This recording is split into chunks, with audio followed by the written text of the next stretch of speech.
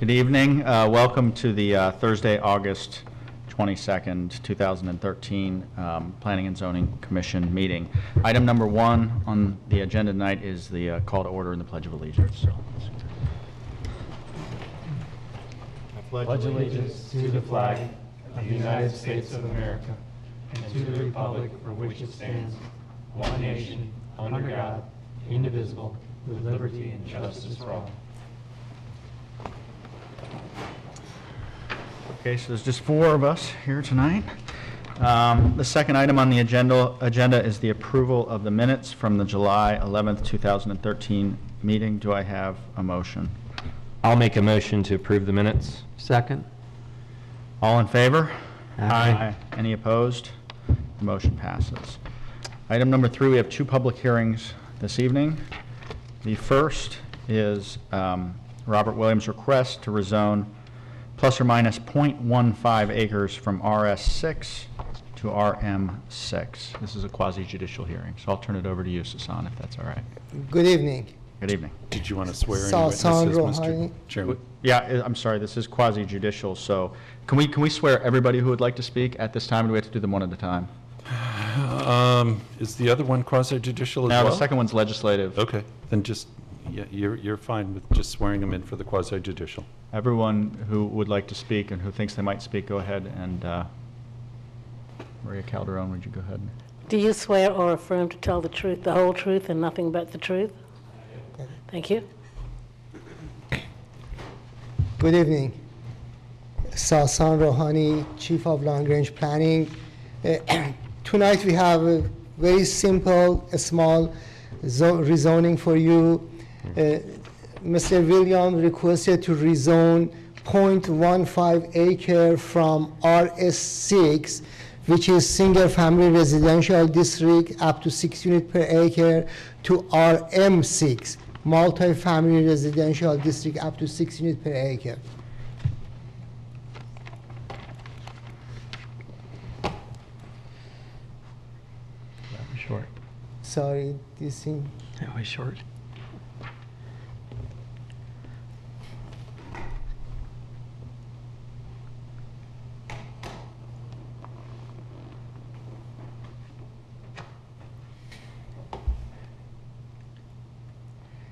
Subject property is south of Oslo Road on the 9th Court Southwest. The purpose for this request is to use the property with the uses that are under the RM6. If we go into the next slide, you could see that to the north of the subject property is zoned RM6 and is a Pompey subdivision. And Mr. Williams planning to build few duplexes in that Pompey subdivision. And because of that, they need a little bit more land. And that is why they're requesting to go from single family residential district to multi-family residential district. If the rezoning goes through, that is how it's going to look like. Again, to the north is going to be RM6. To the east, west, and south is still going to be RS6. Like any other rezoning, we review based on these 4 criteria. As far as the concurrency is concerned, they are exempt because they are not increasing the density. They're just going from one residential district to another one with the same density. Also, as far as comprehensive plan, this rezoning is consistent with the comprehensive plan because the land use designation for the property is L2, which is residential up to 6 units per acre. And either RS6 or RM6 is permitted under the L2. Also, it is consistent with the objectives and policies of the plan, and we note some of them in our staff report. As far as the environmental impact, it would be the same under both zoning. There's not going to be any difference. Therefore, we do not anticipate any adverse environmental impact. As far as the compatibility, it is actually continuation of the zoning to the north because the Pompey subdivision to the north is already RM6. If this rezoning, for example, would go to commercial, we would have some concern because then we would be intrusion of the commercial to residential area. But since It is a residential zoning. RM6 and RS6 both are residential. We don't see any incompatibility. Both of them, they are residential district, and there is no problem with that one. In conclusion, staff believe that the requested zoning is compatible with the surrounding area, is consistent with the comprehensive plan, exempt from concurrency test. There is no additional environmental impact, and the staff support the request. And the staff recommend that you recommend to the Board of the County Commissioner to rezone the property from RS6 to RM6. At this point, I'm happy to answer any question that you might have. I'm curious, is there ever a circumstance or a situation where RS6 and RM6 are incompatible with each other? We really don't believe so, because both of them, they are residential. Again, as I mentioned, if by any chance this was commercial, we had lots of concern. Okay. But since they are both commercial, both are residential, we really don't see any incompatibility issues. Okay. Any other questions? Is there anyone here tonight from the audience who's been sworn in that would like to testify against this? I mean, you're welcome to speak. I don't want to dissuade you from speaking, but I'm not speaking against, but for. Just okay. Please come up. Is it- State your name and address for the record. Mr. Chairman, is this the public hearing that you're opening? Yes. Okay. My name is Randy Mosby. I represent Robert Williams. Susan's done an excellent job of reviewing this. There's only 2 points I might add. The property to the north is owned by the same owner who's requesting the rezoning of this piece. This little small portion of land is the only little piece of land that he has that's zoned RS6, and so we're just bringing it consistent with the zoning that's to the north. This parcel will be used basically in the development of the property as our landscape buffer strip, and a little bit of the overflow parking will go to this strip. There will be no units built on this. I mean, we've got to the point of site plan development. So what we're trying to do is just bring the property in consistent. Robert Williams owns most of the land around here to the east and across the street to the west, and further to the south all the way to the end of the street. I'm here to answer any questions. The staff has done an excellent job of reviewing this, and if there's any question the board members have, I'd be more than happy to answer. Thank you. Anybody else care to speak on this evening? Good evening. Would you state your? Were you sworn in earlier this evening? No, I wasn't. Go ahead and. Thank you. Would you raise your right hand, please? Joe Wiggins. Oh, raise your right hand. Do you swear or affirm to tell the truth, the whole truth, and nothing but the truth? I do. Thank you. Would you please state your name and address for the record, please, sir? Joe Wiggins, 895 11th Street Southwest. On this rezoning, first place, I'd like to know the difference between the rezoning the zone that it is for single family housing and what it's going to be rezoned as. The difference is the current zoning, you can only have single family houses. With the proposed zoning, you can have duplexes and multifamily houses. Well, that's what I was thinking. And we wanted to keep this here as single-family units instead of the duplex, because first place, the duplex bring in a whole lot of problems, which we have enough problems out there in that area now. And the main thing that we need in that area is sidewalk. You don't even have a place to walk. And talking about putting in duplexes and stuff, which is going to make it almost like commercial. And that's something we don't need in that area. Habitat has brought in a lot of single-family houses, and they started building housing where they can appropriate some land. And that's the way we like to try to keep it, as single-family units.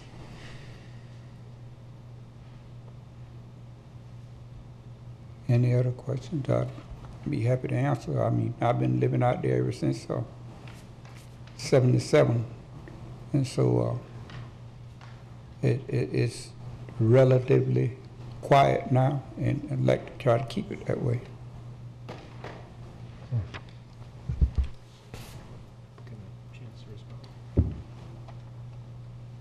Would you like to respond? Randy Mosby again. You know, I know that on a rezoning, it's not an issue of what's going to happen on the site, but we have taken this project far enough that we can assure the commission what is going to be happening on the site. And what we're proposing is an apartment complex meeting the density requirements of both the RS6 and the RM6. There will be sidewalks associated with it and all the other requirements that the county's ordinances require for site improvements. It'll be heavily landscaped and it'll be buffered. This is going to be a nice project. We're not exceeding any density requirements. And like I said, the reason we have to take this small parcel of land that's part of the overall land that's owned by the owner to rezone it is so that we can complete the improvements that we have to do for the site plan approval process, which is part of the overflow parking and the required. We've got some pretty extensive landscape buffers between your RS6 and your RM6. So what we will not be putting a unit on this piece of land that's being rezoned. It will strictly be site improvements, and it will be the buffering requirements to the properties to the south. And I believe there's only one lot that Mr. Williams doesn't own, and it's the lot that's immediately to the south.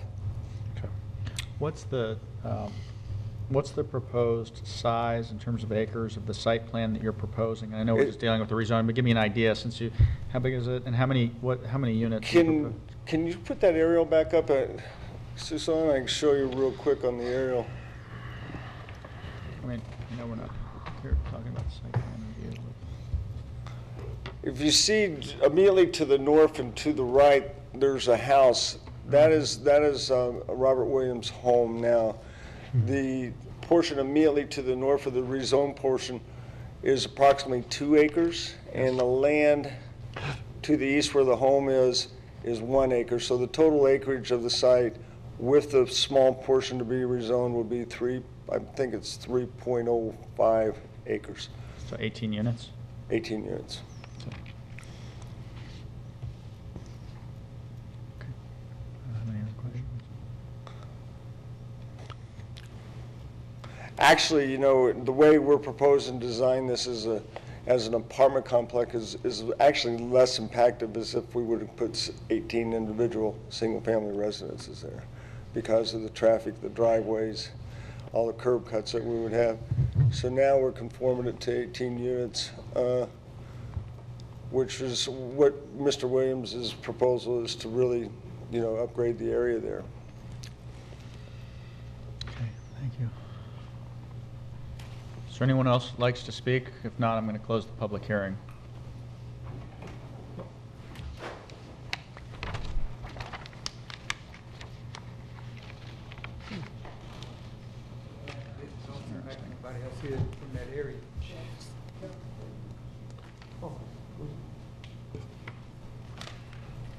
Ma'am, were you sworn in earlier? No, I wasn't. Okay. Do you swear or affirm to tell the truth, the whole truth, and nothing but the truth? Yes. Thank you. Can you My state name your- is yeah, state your name. Rosetta Latimore. I stay right across the street from Mr. Williams' house. Okay, and I don't feel like that we should have apartments there, single-family homes, and we do have a daycare there, which is fine, but I don't feel like that it should be zoned for all of that because we have enough traffic and stuff like that on our roads already. And I really don't feel like it should be zoned for that. That's my opinion, you know, so I'm just speaking my opinion.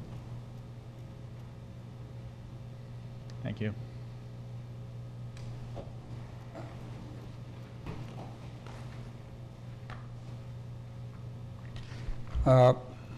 One other thing about this project, because it was already a kind of a surprise when they put in this daycare center for children, which is study going to be it's in a housing area which you still bringing businesses in, and I just hate to see our area get all congested with businesses instead of single family homes like I got and most of the other people got. They got their home, they can walk around and don't have much problem. And when you start putting in duplexes and especially that many units on this small piece of land, what I consider a small piece of land, that's going to create a whole lot of problems in our area, which we already have enough problems in the area. Even Habitat, when they built their houses down there and they single family, they still is congested. And even with the sidewalks, you're having more problems now than you had before.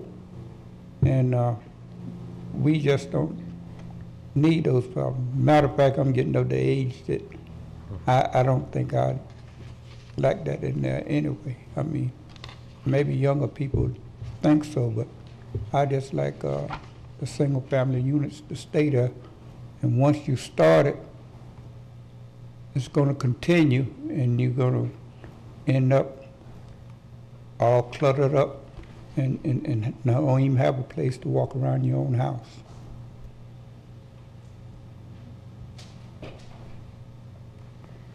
I think we got another swearing in to do. Do you swear or affirm to tell the truth, the whole truth, and nothing but the truth? Yes. Thank you. My name is Mary Wiggins. I was born in Rensselaer, been there 65 years.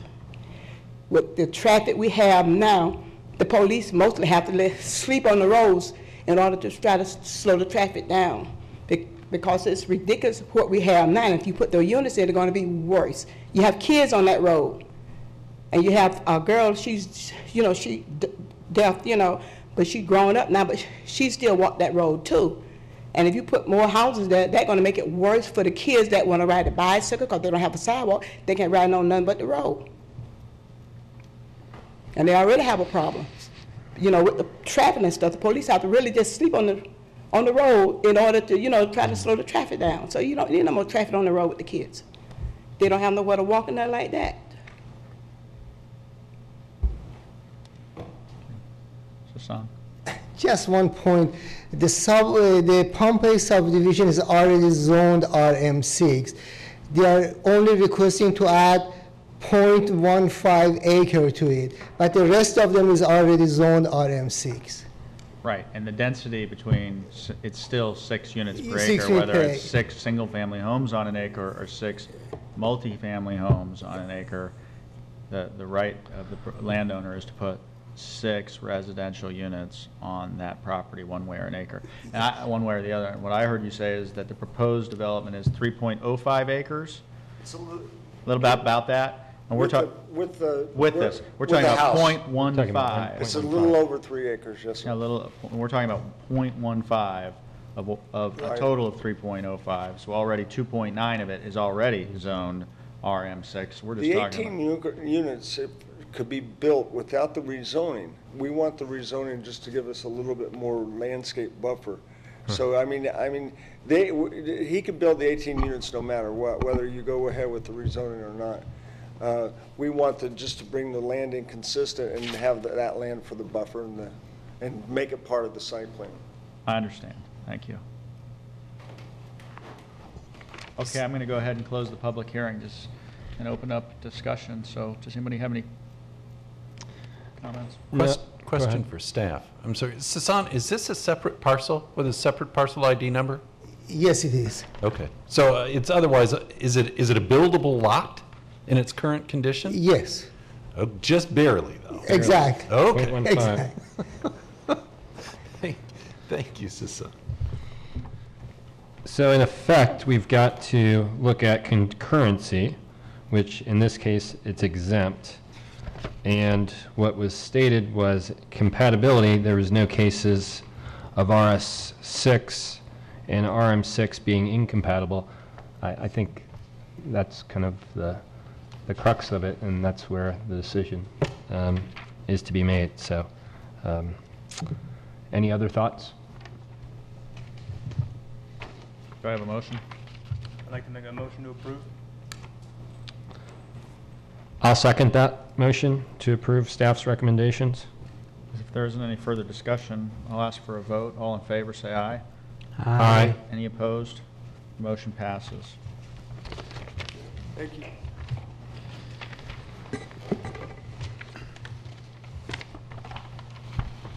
Let me get back to my agenda here.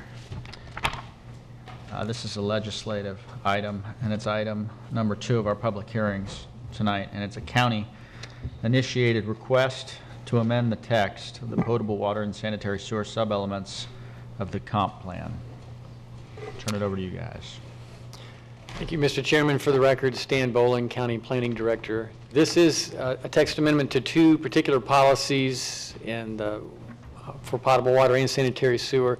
Both policies are almost exactly the same wording, and so there's essentially parallel changes proposed with each, and it has to do with what properties can connect to those facilities, potable water and sanitary, outside the urban service area. This is a comprehensive plan text amendment with the process after an application is received in the Community Development Department. It comes before the Planning and Zoning Commission for a hearing, and that's what is happening here tonight. You all will make a recommendation to the Board of County Commissioners at a transmittal hearing, and they'll decide at the board whether to proceed with the amendment itself. If they decide to do so, it is transmitted to the state and regional agencies for review. They make comments and send their comments to the county and to the state land planning agency. And then the Board of County Commissioners holds a final hearing and can then at that final hearing adopt. And if it's adopted, it's transmitted to the state and the regional agencies and it goes into effect. The purpose of these 2 amendments is to allow connection of certain properties outside the urban service area to water and sewer. And in effect, it will wind up increasing the number of properties that are allowed to connect. And this was initiated by the Board of County Commissioners in response to property owners along 66th Avenue where there is a road project and a main water line going in at the same time as the road project. And under the current policy, those property owners that are essentially now fronting a water line that's going in, they cannot connect. They are outside the urban service area and not contiguous to it. And so the Board of County Commissioners looked at that issue and directed staff to initiate this amendment, and that's why it's before you all this evening. This is a map of Indian River County, and the shaded area is the urban service area, which includes all the municipalities, including Fellsmere, Sebastian, Vero, and the urban service area that's in the unincorporated areas of the county. And you can see from this map, all the Barrier Island is in the urban service area, and the eastern part of the mainland. You can see Interstate 95 here, and State Road 60 kind of going across the bottom third. And there are a lot of important policies connected with the urban service area. That's where growth is directed and where water and sewer services are actually, the county's under an obligation to view that as a service area and provide for services to existing uses that are there, and of course uses as they develop and future uses as well. One thing I do want to point out while we're going to have this overall map up, you'll notice that the urban service area, of course, is a little bit odd shaped in some respects. There's a kind of eastern part of the county, anywhere from 43rd to 66th Avenue, and east of it being inside the urban service area, but also along State Road 60 and then along parts of 95. So there are places where the urban service area kind of goes around places outside the urban service area, and that's where we have some of our lines for water and sewer going through the areas that are outside the urban service area to connect areas that are discontiguous or certain parts of the urban service area to another part of the urban service area. Provision to centralize utilities is limited to properties within the urban service area, and then there are some exceptions for allowing properties outside the urban service area to connect. Clustered developments like agricultural PDs or planned developments that are traditional neighborhood design that are partially in, partially out of the urban service area. Public facilities such as school, for instance, Storm Grove Middle School is located just outside the urban service area but contiguous to it, allowed to connect to water and sewer, and that school is connected to water and sewer. Agricultural businesses like packing houses that can locate outside the urban service area. If water and sewer is essentially feasible, they can connect under this, one of the exceptions. Also, properties that have private well contamination, as essentially verified by the health department, for health reasons, if water and sewer happen to be available, they could connect to in that circumstance. And then, again, sites that are contiguous to the urban service area boundary. The urban service area really, as far as utilities goes, it's a place to focus infrastructure because that's where development, urban scale development is going to go. And again, there is an obligation on the county to serve properties inside the urban service area. Also, having that urban service area and that kind of target area does a number of things. One is it allows for really rational planning for utility improvements. You know the area, geographic area where you're going to have to serve. You can, going by the land use map, you can kind of get an idea of the intensity of development. So it allows you to do proper planning. Quality of service in terms of, and for water, for instance, just having a looped system that allows for quality water. And also cost. When you have a system that you can plan for and that services a target area, construction costs and maintenance costs can be factored into the design and kind of the rollout of actual installation of the system.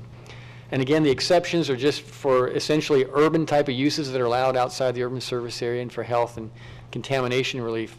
The other allowance is properties that are contiguous to the urban service area boundary.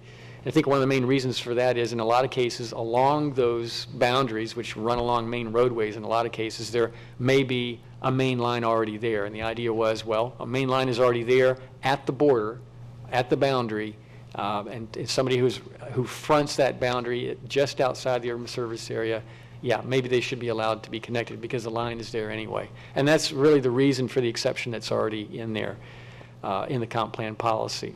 Well, one of the things that I'm trying to make sure that the policy does, and the current policy does this, is avoid creating a low-density utility system outside the urban service area, where you have parcels that are 5 acres, 10 acres or larger. If you try to make a utility system that serves a low-density area, you have a lot of issues trying to maintain water pressure and having just low flow through those lines. You have water quality issues and maintenance issues, and then of course there's the cost of that system, and the cost of the entire system ultimately is borne by all the ratepayers. And so you've got some kind of equity sorts of issues that are involved with how you structure the utility system. The proposed amendment really deals with properties that are not contiguous to the urban service area boundary, but are contiguous to a main line going through the urban service area. And as proposed, it would allow properties within 500 feet of a main line to hook up. And really the question for this type of amendment really is how near the main line should a property be to connect. One of the options discussed with the Board of County Commissioners earlier this summer was contiguous, a property actually fronting. We also looked at properties 500 feet, 1,000 feet, and 2,500 feet away to look at some alternatives. And we do apologize in a way for giving you all a report without a map.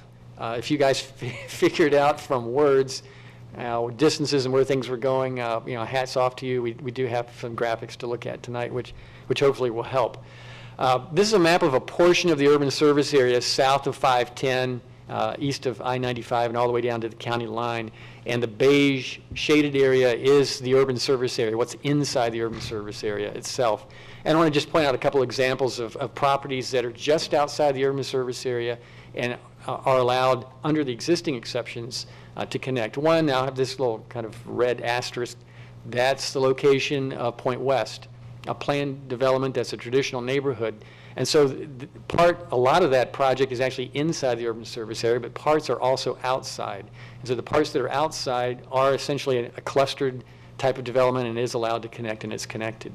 Then you've got St. John of the Cross, which is located on the north side of 26th Street, west of 74th Avenue, contiguous to the urban service area, allowed to connect. And then along 58th Avenue in the South County, First Church of God, south of 12th Street, Emmanuel Church, a little bit north of 5th Street Southwest. Both of them are connected because they're contiguous to the urban service boundary, and there's a main that runs right by those properties. But we do have properties like certain properties along 66th Avenue, as well as parts of Oslo Road, and then same type of situation, a very small area along 77th Street and 66th Avenue going north there, where you actually have a main line either in place or going in that is not along the boundary of the urban service area. And the real question is, well, should people that front or are near those lines be able to connect? So those are the types of areas that we're looking at opening up for connection. This is an aerial of a site that we're kind of use for example purposes this evening along 66th Avenue, 66th Avenue here to the right-hand side going north and south, and this is 12th Street. This entire area is outside the urban service area, and it's not a boundary along a boundary of the urban service area. But there is a water line that will be going in with the 66th Avenue project, essentially on the east side of the travelway water line going up, and it actually be part of the overall kind of loop system. And so what we looked at was, okay, let's look at the parcels that are along this roadway and take a look at some of the scenarios that we discussed in our analysis. There are some practical constraints, too, that we want to just remind the Planning and Zoning Commission of. Even with policy allowances, there are some real practical constraints to someone hooking up. There can be limited right-of-way and access to a property that doesn't immediately front a line.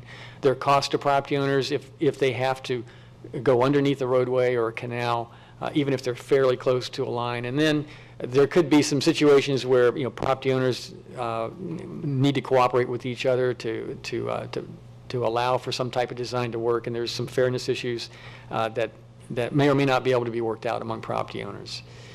So here is the graphic that we wanted to use this evening. Again, 66th Avenue and the proposed water line on the east side of it.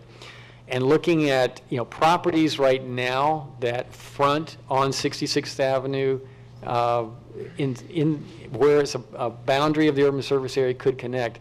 But in these areas, it's not along a boundary, so they could not connect. Properties that front on, say, the east side of this line, be pretty simple for them to connect more or less. They could come, within the right-of-way with a connection and a meter, and then it'd be just a service line on their own property to their house. And that would be a fairly simple, straightforward connection. On the west side of 66th Avenue in this scenario, a property that fronts on 66, they'd have to go under the roadway, but still be pretty simple for them to connect into the line, have a meter out here in the right-of-way, and then have the service line to their house. Where it gets a little more problematic is if you go beyond that, beyond just fronting or being contiguous to the line itself. And two really important factors that are covered in the ordinance. One is, again, we don't want to extend the county system. We want to avoid having kind of a low density, almost sprawl of utility lines that the county owns out there. So we have a 500-foot maximum that's proposed for any part of the county-owned system. And if the county-owned system went out 500 feet from that 66th Avenue line to the west, it would go this far. And this is the actual parcel layout, just for example purposes, again, along 12th Street.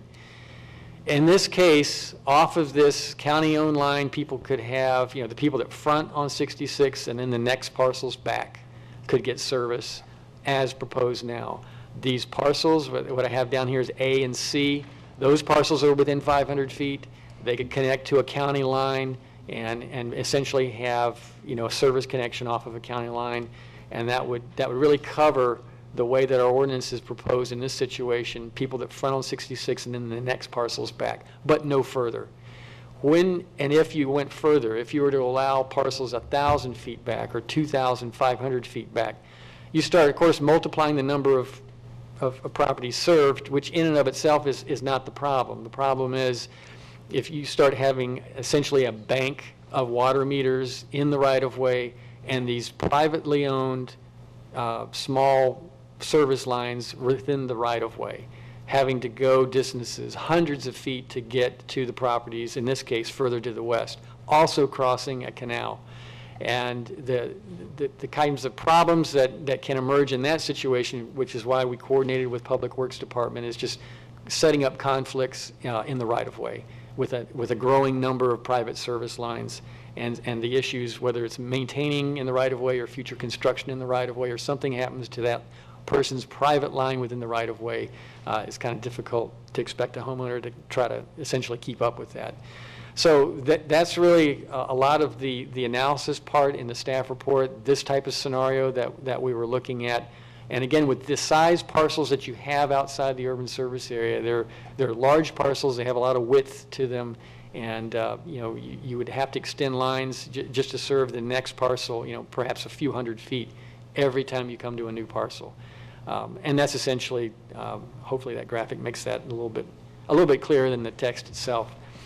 A couple of things I did want to highlight. The proposed amendment, again, connecting properties would have to be within 500 feet of the main line. Connecting to water or sewer would be no justification for land use change, and that's in our current policy now. That would stay. The county-owned system cannot extend more than 500 feet from the main line, and it's really important not to have essentially a low-density system set up out there. And also to put in language in the policy that is clear that the costs to connect are borne by the benefiting property owner. Whatever they need to do to tap into the line and set up the meter and then service their own, for instance, house, that's going to be a cost borne by them. Those are the kind of the elements I wanted to hit on in the proposed amendment. Can you go back 2 slides? Sure. I just have a quick question because the map is the one you've done before with 500 feet. One more back. The green line. Yes. How far can the green line extend north and south? Right. And that's a good question. What we're looking at here, the reason we have the line shown in this one location is because that's within a county right-of-way. Right. That's the reason it's there. So we would not anticipate you to have a county line, going anywhere else except in a county in a right-of-way. So the green line is the extent, 500 feet. This represents 500 feet. I understand that.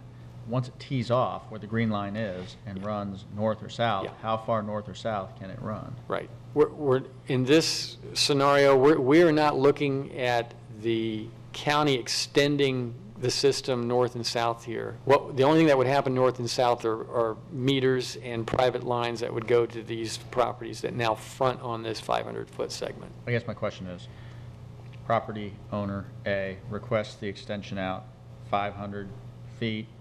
His house is 150 feet back from his property line. Right. And he's got a neighbor behind him who says, I'd really like to do that too. Can we make an agreement? Can I get an easement across your property and I'll pay to put that in?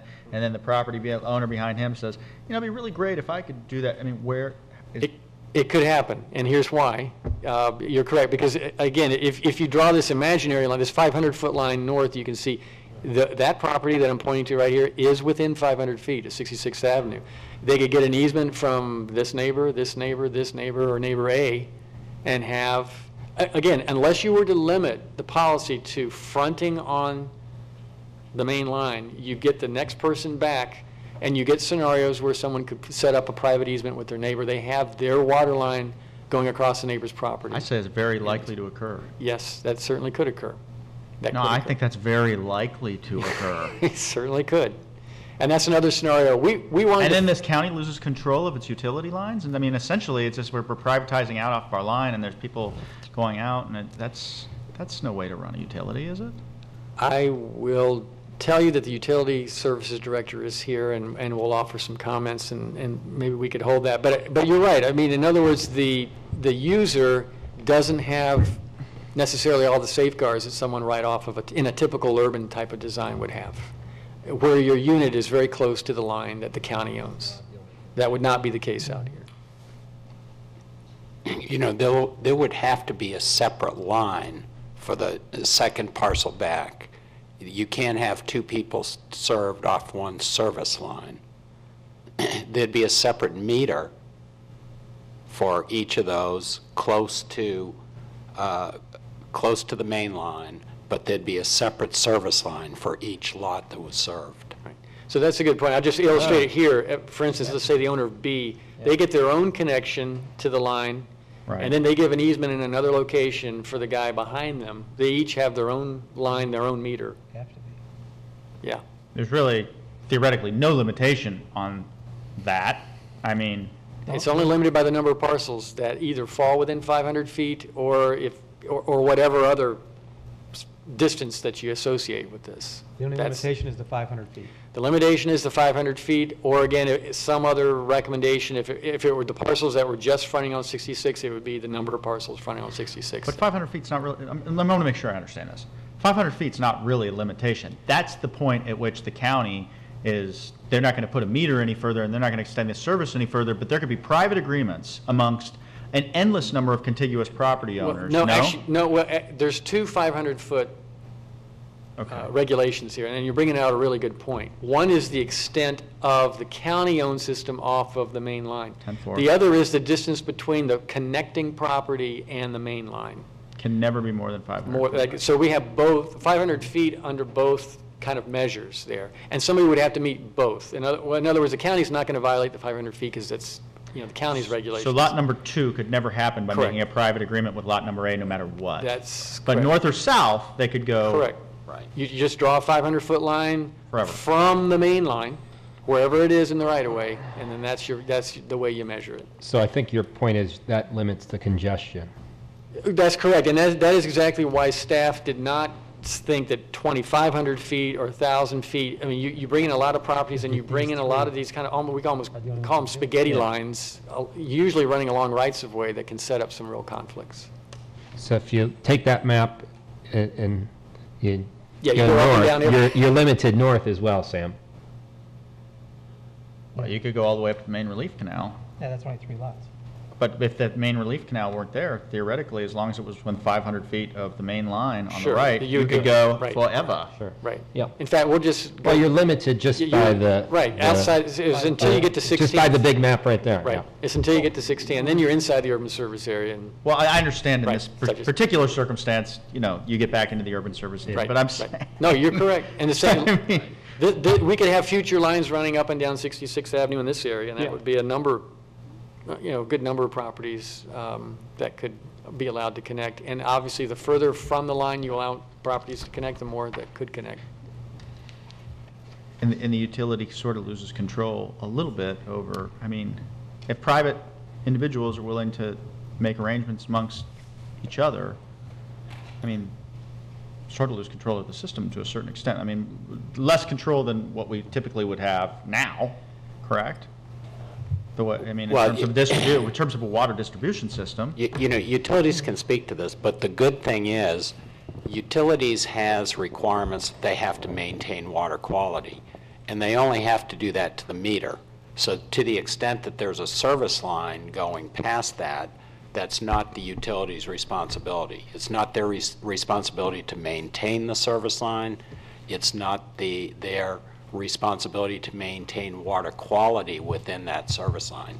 If you look at the graphic that's up now, one of the reasons, and we coordinated extensively with utilities and public works in this, and they can talk about it. One of the reasons that there's a recommendation for limiting the extent of the county-owned system to 500 feet is if you took that blue line all the way out to the red line, 2,500 feet, and you make it an 8-inch line so that it can provide fire flow, and you've got such low densities here, you've got 300, 500 foot It's a slippery slope. Yeah, what you've got is you've got very little volume, you've got very little turnover, the water is sitting there, the water quality gets bad. What happens, utilities needs to go out and flush that system regularly, which means they're wasting potable water that can be sold.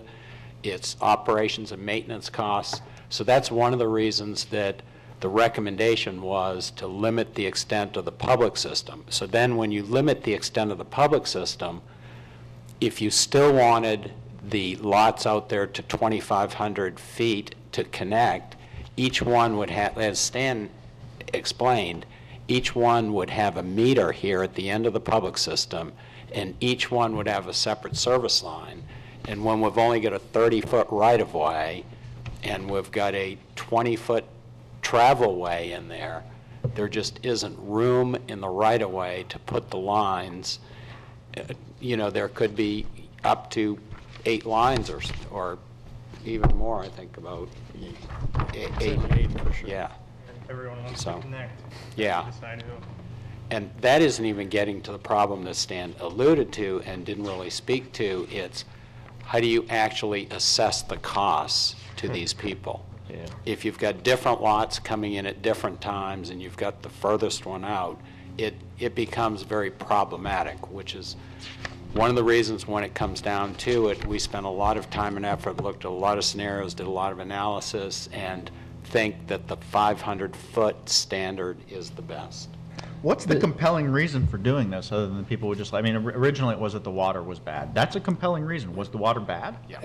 The water's bad. Bad, but not to the level of, say, the health department determining that it's contaminated. Which would based on some of the thresholds fit that they within the looked at. exception. Right. I would feel much better about keeping our policy Yeah. and changing the criteria for what constitutes bad water.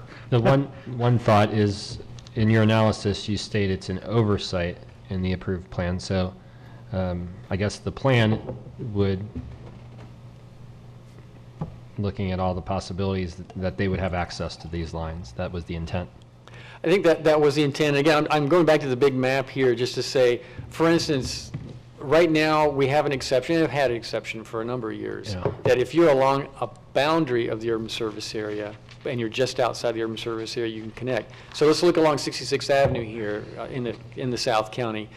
This whole area here where Pine Tree Park is in the urban service area. And so the urban service area goes out to 66th Avenue between 4th Street and 8th Street. Well, that line that's going down 66th Avenue here, the people on the west side here are contiguous. Yeah. They can hook up on an existing policy. They're neighbors to the north, same line, same road, but now because it goes through and is no longer the boundary for the urban service area as you go north of 8th Street, you know, I think the rationale from the board was, you know, that main line is going in anyway. You've got neighbors to the south able to connect. At least have the people that are fronting it, allow them to connect. Now, they've got to bear the costs, whatever those are, for connecting and so forth. And then we started getting into the issue, discussing with the board, well, how far? How far do you have to be? And that's really, but that's the rationale. The line's going to be there anyway. Yeah. And it relates to the boundaries of the urban service center. Yeah.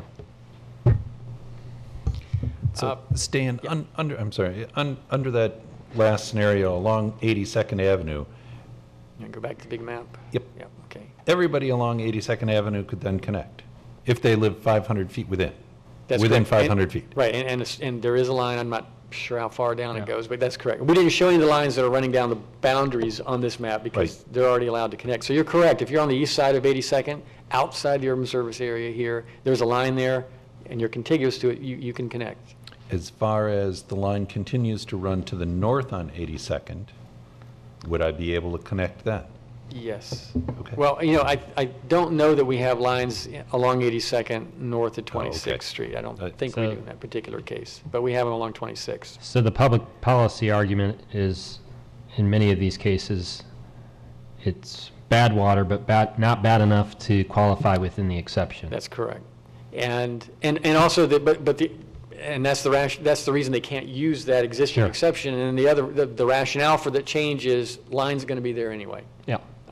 So at least people that have direct access to the line. And again, the question tonight is, well, how far from that line? What are your controls? What should the controls be there? I do want to finish just a couple of things, and this is good. I'm glad that I think the graphics probably help a lot. Yeah. I do want to just state that to make any change to the comprehensive plan, we have criteria that, or at least one of the 4 criteria that have to be met. I know you guys have seen this before, but in looking at this particular case, we determined that an oversight in the existing plan does exist in the scenario that we've been actually talking about, where a line that runs along a border and then runs through an area and is no longer along the border of the urban service area. We haven't addressed that situation where there's a line running right in front of someone's house, and it's, you know, we haven't addressed it. And 66th Avenue project has kind of brought this to light. Yep. I did also want to mention, and I want to put the graphics back up and allow that for the rest of the discussion, just that our Utility Services Director is here and our Public Works Director, and we'd like to maybe hear some comments from them and then continue the discussion. Thank you. Put that graphic in. For the record, Vincent Burke, Utility Services Director. Our concern is that you might have somebody out there in parcel 11 or number 10 trying to get some water service. And one would say, well, why wouldn't you put in a larger line to perhaps take into account parcels number 6 or 8 or 7?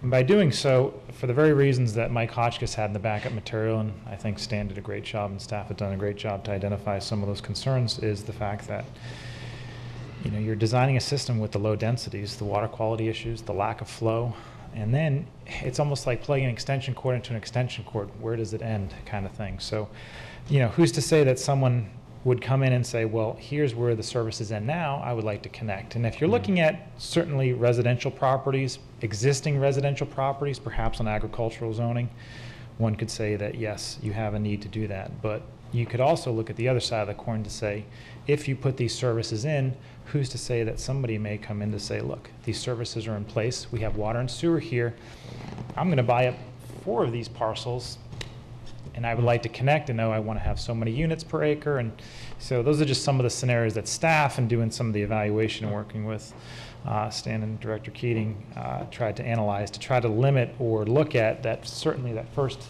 500-foot delineation where the line would be paid for, installed by the benefiting property owner. It would be turned over to the utilities. We'd be responsible, but only up to that 500-foot mark. We have to abide by AWWA requirements, a minimum 40 PSI and certain flow for residential services, 20 gallons a minute. And we feel that by putting in additional lines that are not master planned or are not installed in an efficient way would open up, I think, a lot more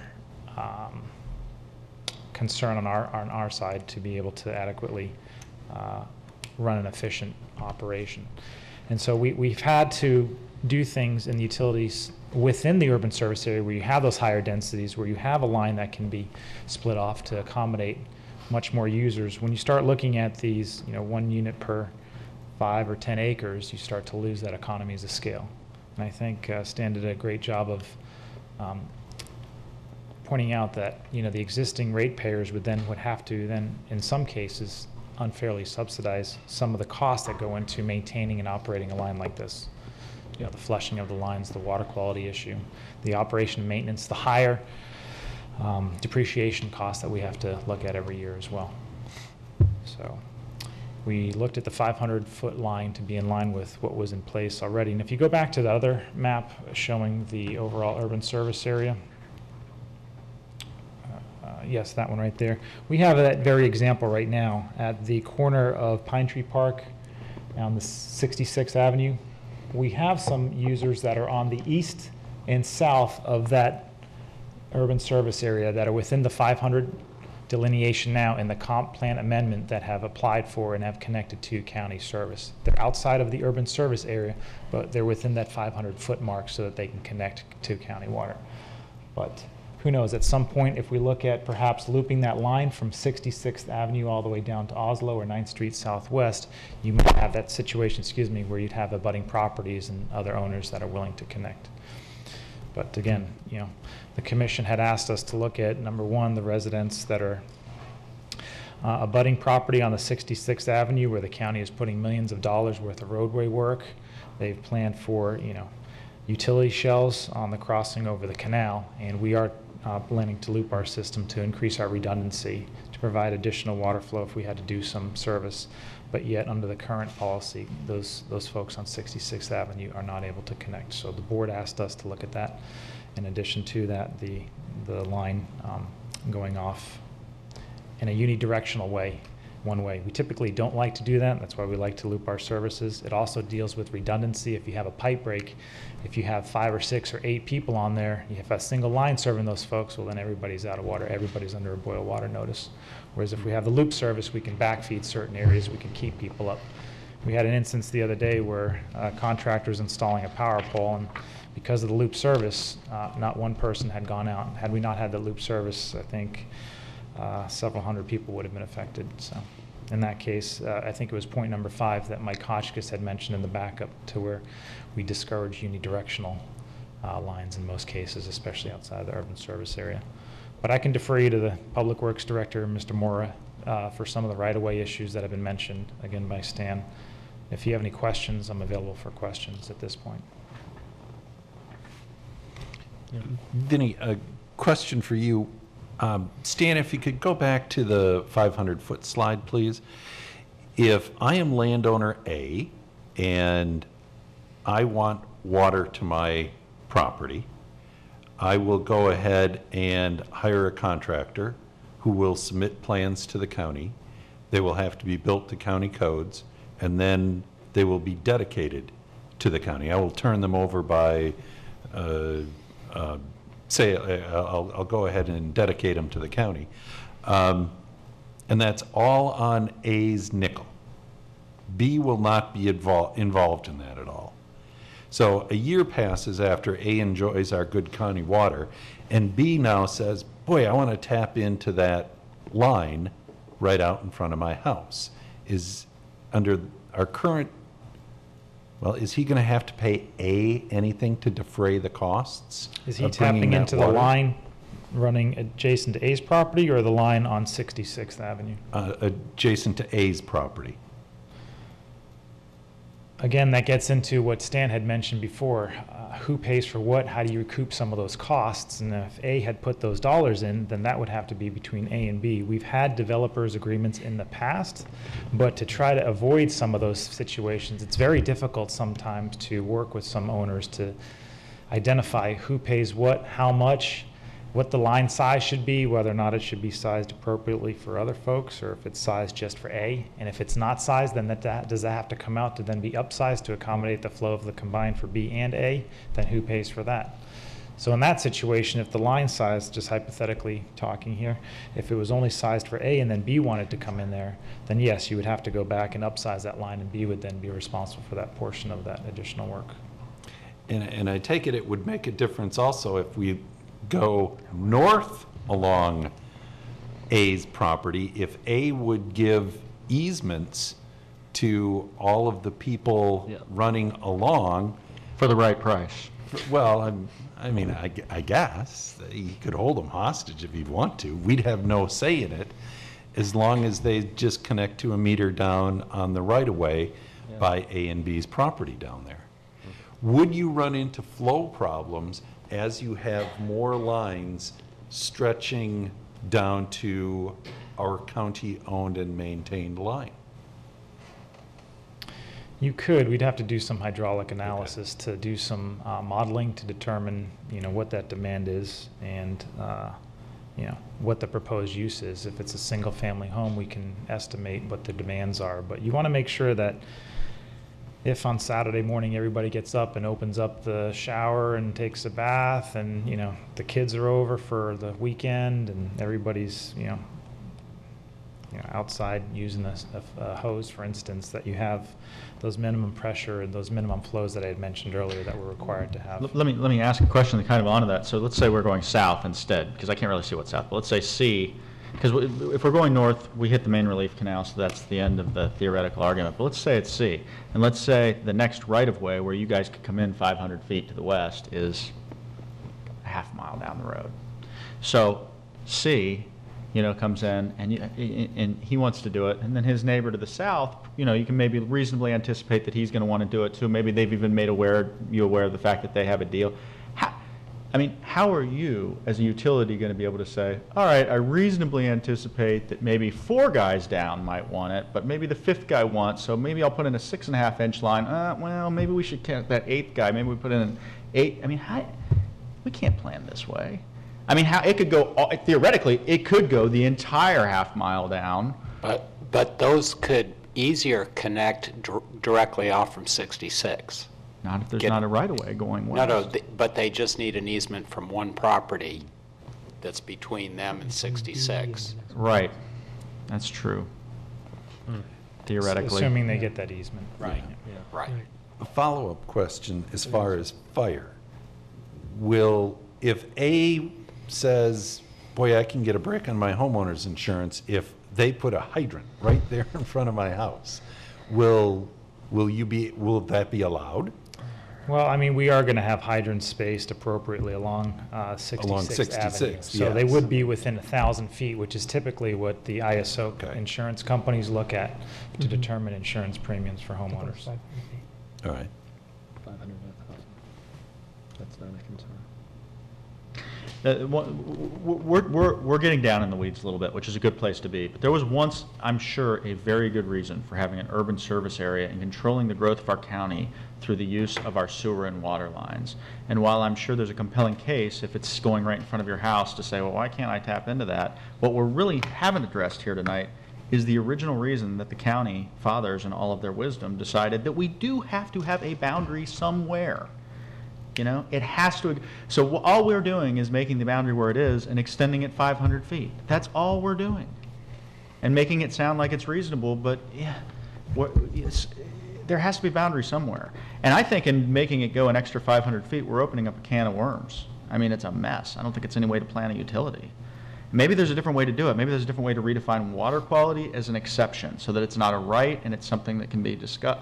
I don't know, but it's messy. And it's getting away from, it's a little bit down the slippery slope of what the original, of how counties and municipalities control their boundaries and where growth grows, which is water and sewer. That's the best method they have. And those are excellent points. And that's one of the reasons when staff originally brought this to the board, we recommended that only those contiguous to the new line connect, because it puts us in a position of looking pretty unreasonable when someone says, I'm right adjacent to a line, why can't I just tap in? So I think we have to that goes to your oversight. Pardon me? Yeah. So that was our original recommendation, that it be only those that fronted on the line, only which would be the properties. East side of the road in this illustration. Well, no, we considered both. We considered both. Yeah. Right. But the board started talking about some distances, so that's why we did this analysis. But going back to your other point, yeah, we have always looked at an urban service area as also an urban growth area, an urban service line being an urban growth line. So as Stan mentioned in his presentation, the urban service area line serves two functions. It not only delineates the extent of urban development, but it really allows Vinny and his people to plan really efficiently, because they know exactly where the water and sewer services need to be provided and areas that they can't be provided. This changes it a little bit, but I think we have to acknowledge that we look a little ridiculous when we say that someone cannot connect to a line that's there. But the issue for you to decide tonight is, what's the distance from that line? What's wrong with contiguous? What was wrong with contiguous? Staff doesn't think there's anything wrong with it. What happened at the discussion when this matter came up is that several of the landowners along 66 west of 66 have shallow wells, and they are very high in minerals. They have the big stains on the side of their house, and that was the issue that the board tried to address, was by, instead of just staying with the contiguous, that it would allow that line to be stretched a little bit to accommodate those people that had been suffering with the shallow wells, and they were so close to our good county water. That's the way the board was trying to make this work for some of the people that appeared before the board. And my question would be, Vinny, if you would be one of those people with the shallow, mineral-laden well water, is there any way to treat and soften, et cetera, to make it more palatable? There are. In fact, after another meeting on Tuesday where we had other folks that were interested in water and some were not, there was a gentleman that I spoke with afterwards that just invested $5,000 into upgrading his well system, from wells to piping to pumps to hydro-pneumatic controls to other softening type systems where they have RO units and filters inside their house and cartridges. So it gets pretty expensive for the residential homeowner to incur those costs, not only for the sodium chloride and the salt that they have to buy, the heavy 80-pound bags that they have to add into it. Some of the residents on 66th Avenue did share some of their frustration with their water that they had in there from the hydrogen sulfide that can sometimes be present to the chlorides that are sometimes corrosive in nature to their faucets and fixtures. But again, the Department of Health had to go out there to make that determination. As such, they were unable to find those parameters that were high enough to be considered not fit for human consumption, which would fall into one of the exemptions currently today. I think the homeowners have had some choices. I used to be on well water when I lived south of the county line, and I personally had to spend dollars to install a newer, deeper well due to the tannins, the brownish color that was on there, and some of the very issues that were raised by some of the 66th Avenue folks. So I think there's a level of frustration there, especially when they see that the line is so close outside their property. Thank you, sir. Another question. You had talked about the 1,200 feet and the 500 feet and all that stuff. Does this now, is there a reasonable scenario in the future where there are a number of separate parcels within 500 feet that someone goes and gathers them all up, and now they have water and sewer service, which before they would not have, which would never have given them under any scenario a right to develop that with, with density beyond what was inspired by our founding fathers in 2000 and whenever, what was it, 1990 when they did the urban service line. And now they say, well, I have all that stuff now, and I've brought all these parcels together, so I don't have a problem with easements, in terms of I own the whole thing, and I want to develop this now with a higher density. What's the reason I can't? And we're doing what we intended not to do in the original instance. And again, if we take a look at limiting the services perhaps in some way to single-family existing residential-only properties, so that if somebody then does come in there, they've purchased an ERU that gives them 1 meter and 1 ERU. They can't purchase additional ERUs for additional consumption. We limit it to that. Somehow, we say, for the service that you get, you're capped at the single-family residential 1 ERU, 250 gallons per But that's just a stroke of the pen that changes that. That's not a physical problem, because the line will be there that would allow them to do higher. It would just be an exemption from a rule or another changed policy or something like that. It wouldn't be a physical impossibility any longer, which is where the hard line is now. And in terms of the person outside of the 500 feet that has the brown water, I guarantee there's going to be somebody who's 520 feet outside the line. And, now the bird, well, what's it's just another 20 feet. I mean, you're never going to reach the point where somebody's not going to have the hardship of being really close to county water. Yeah, and I think you're right. And we see this all the time in any kind of regulation. There's always somebody on the other side of a line, wherever you draw the line, and that's true. I think two things. One is that the existing policy and the proposed policy does have something that addresses you can't use the connection to justify a land use change. Not to say someone wouldn't make the case or try to make the case. 20 years hence. Nonetheless, it's there.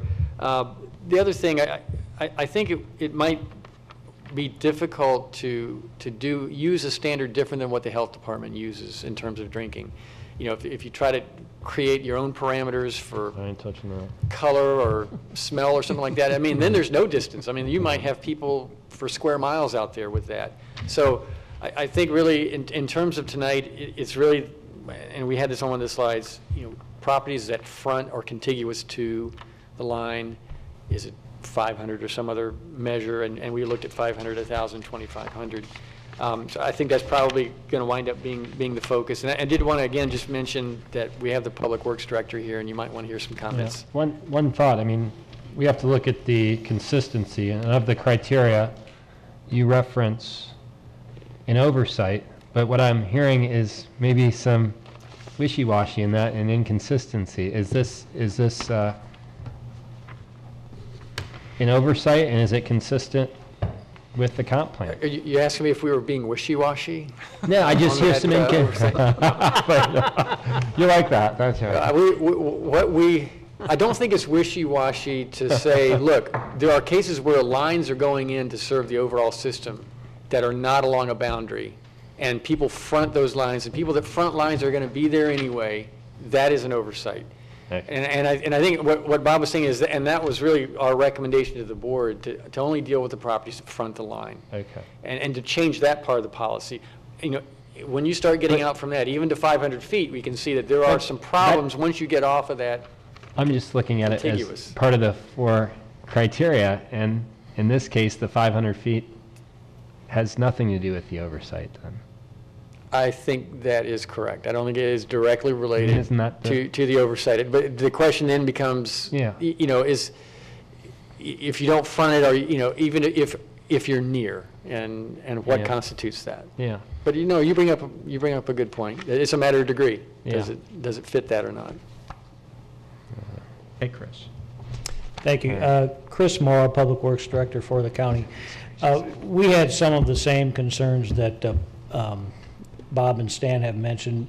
Typically, as you get outside of the urban service area, you have narrower rights-of-way, in many cases as narrow as 30 feet.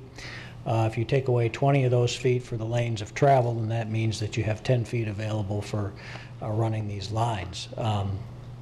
We have a running joke in the Public Works and Utilities area that if utilities can't ever find a meter or a valve box, all I have to do is send a motor grader down that street, he'll find every one of them.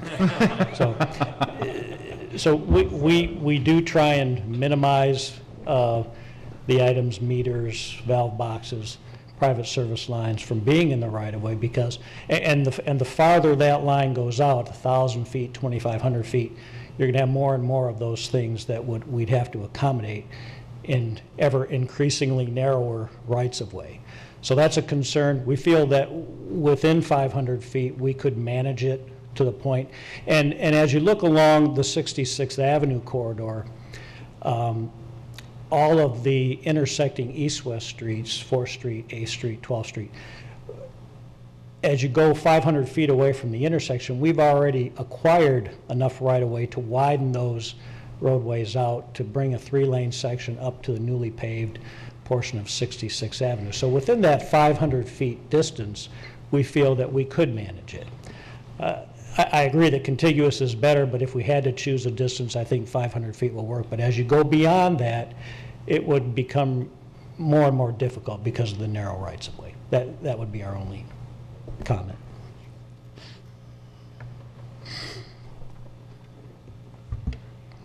I think.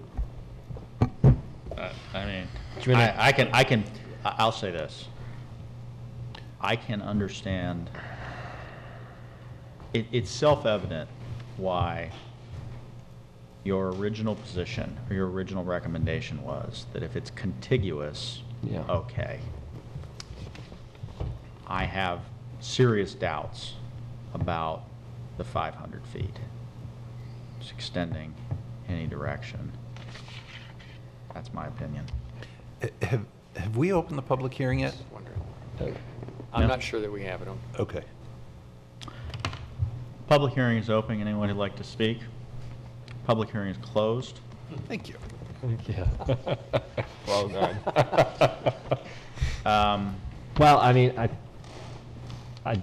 I'm on the fence a little bit, because I do think there's a public policy argument that can be made, but the reality is I don't believe any of the 4 criteria have been met, or at least hanging their hat on the one that really, I guess it doesn't even consider the 500 feet. It was the contiguous. So that's kind of where I stand and where I'm at with respect to my position. Mr. Attorney, can someone, not me, but is it possible for someone to make a motion for a recommendation other than what the staff's recommendation is here? Absolutely. Yes. Okay. Yeah, I'll make that motion and eliminate the 500 feet with respect to the amendment. I think we'll have to get our pen and paper out, but I guess it would be consistent with the continuous position that was stated by staff earlier. Can you help him clean that up a little bit? So your motion would be basically to leave it as status quo?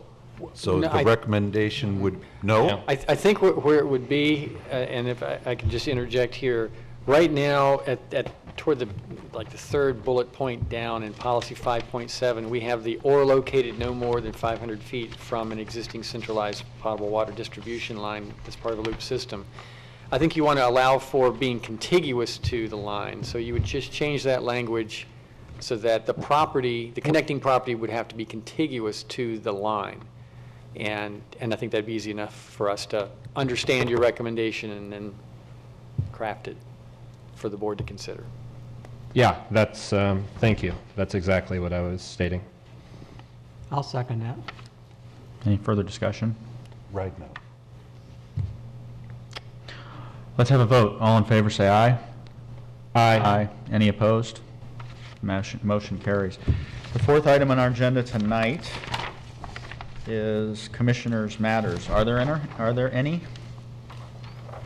Seeing as how there are none. Item number 5, Planning Matters. Just a couple of matters. Mr. Chairman, since your last meeting, toward the beginning of July, the board approved 4 items that you all recommended that they approve. One was the IMG Citrus small scale amendment swap out there near Gifford Middle School.